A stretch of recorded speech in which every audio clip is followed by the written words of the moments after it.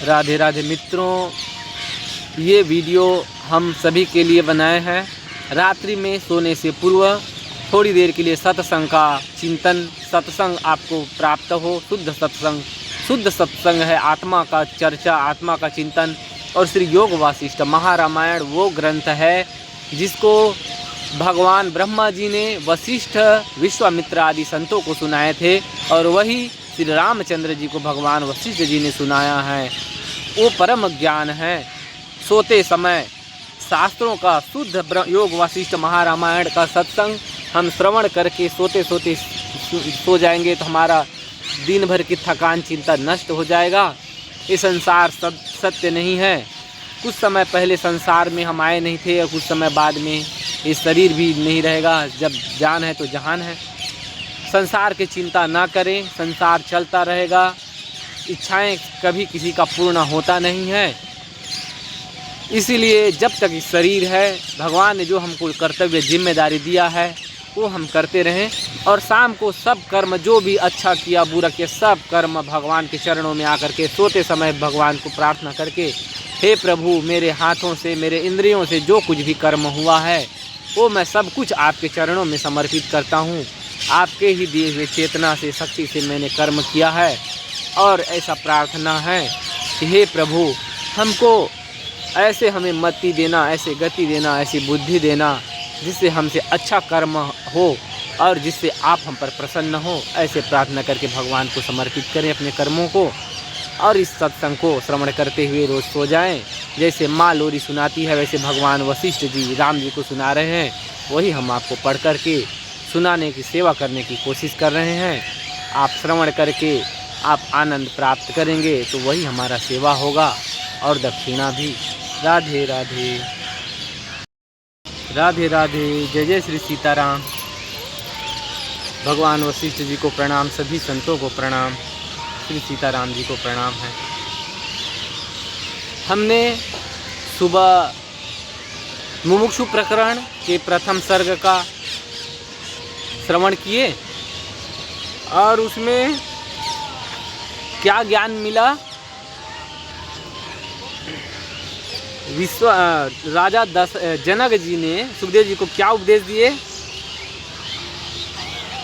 कि यह विनाशशील संसार अपने संकल्प से उत्पन्न हुआ है, और संकल्प का आत्यंतिक विनाश होने से नष्ट हो जाता है।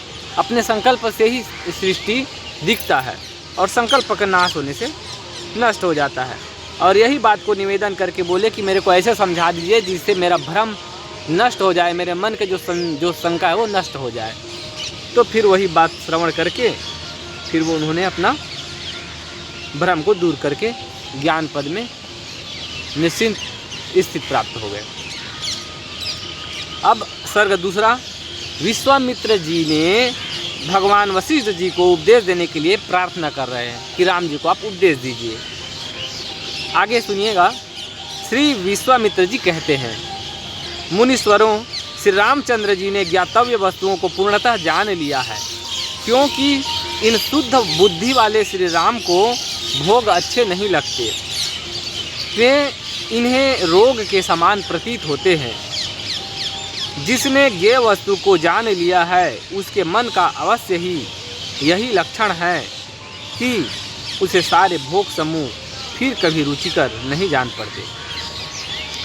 जिनको ज्ञान हो गया है उसका यही प्रमाण है कि जो भी भोग वस्तु है संसार की, भोग सुख सुविधा की वस्तुएं उनको रोग के समान, विष के समान, जहर के समान लगते हैं। उनसे कोई उनको सुख की उनसे कामना नहीं रहते। यही ज्ञानियों का लक्षण है, और वो लक्षण श्री रामचंद्र जी में बचपन से ही, ज्ञान सुनने से पहले ही वो लक्षण भगवान श्री रामचंद्र जी में विराजमान है। अर्थात कह रहे हैं विश्वामित्र जी कि राम जी पहले से ही ज्ञात, ज्ञेय हैं, ज्ञानी हैं, बोल रहे हैं। भोगों के चिंतन से अज्ञान जनित बंधन दृढ़ होता है, और भोग वासना के शांत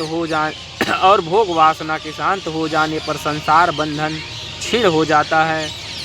कह रहे हैं जब अज्ञान भोगों के चिंतन करने से इस संसार की भोग वस्तुओं के चिंतन करने से ज्ञान क्षीण हो जाता है और ज्ञान का चिंतन करने से भोगों की इच्छा क्षीण हो जाती है। अब श्री राम, विद्वान लोग भोग वासना के क्षय को ही मोक्ष कहते हैं और विषयों में होने वाली सुदृढ़ वासना को ही बंधन कहते हैं। विश्वामित्र जी कह रहे हैं, हे राम जी, विद्वान लोग जो भोग वासना में जिनको इच्छा है वो इच्छा ही बंधन है और जिसको विषयों में जिसका मन हट गया, जिसका विषय खत्म, विषय वासना जिसका नष्ट हो गया, वही मुक्त है। जिसकी दृष्टि राग आदि दोषों से रहित है वही तत्वज्ञ है। जिनके दृष्टि राग दोष से निवृत्त है, रहित है कि मुझको तो ये व्यक्ति प्रिय है, मैं इसके बिना रह नहीं सकता, मैं यहीं रहूँगा, ये स्थान मुझको प्रिय है, इसके बिना रह नहीं सकता, मुझको ये खाना है, ये भोगना है, मुझको ये व्यक्ति अच्छा लगता है, ये राग है। राग का अर्थ है प्रेम। और ज्ञानी को ना किसी से प्रेम होता है और ना ही किसी से शत्रुता रहता है। क्यों? क्योंकि वो सब में अपने तत्व रूप से अपने आप को ही देखता है।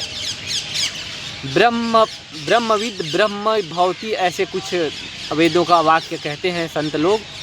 ब्रह्मवेत्ता स्वयं ब्रह्म रूप हो जाता है और ब्रह्म तो सब ब्रह्म ही सर्वरूप में विवर्त हो करके जगत के रूप में भगवान ही ब्रह्म ही दिख रहा है। और इस सिद्धांत के हिसाब से ब्रह्मज्ञानी सब जीव जंतु और ईंट पत्थर में भी अपने आप को ही देखता है। तो किससे वो प्रेम करेगा और किससे वो शत्रुता करेगा, ऐसा इसका अर्थ है। उस महात्मा पुरुष को भोग हठात अच्छे नहीं लगते, भोग अच्छे नहीं लगते। जैसे मरुभूमि में लता नहीं उगती, उसी प्रकार जब तक जानने योग्य तत्व का कुछ भी ज्ञान नहीं होता तब तक मनुष्य के हृदय में विषयों की ओर वैराग्य नहीं होता। जब तक से मनुष्य को ज्ञान नहीं होगा, आत्मा के परम सुख का वो अनुभव नहीं करे रहेंगे, तब तक से उनको इस संसार की झूठे सुख की इच्छाएं वासनाएं उनको आकर्षित करेंगे। और जब अपने आत्मा के जो परम सुख स्वरूप आत्मा को जब जान लेंगे, उसी में जब स्थित हो जाएंगे, तो इस संसार की नकली सुख की जो साधन हैं उनके प्रति उनका आकर्षण खत्म हो जाएगा। अभी इतना ही। राधे राधे।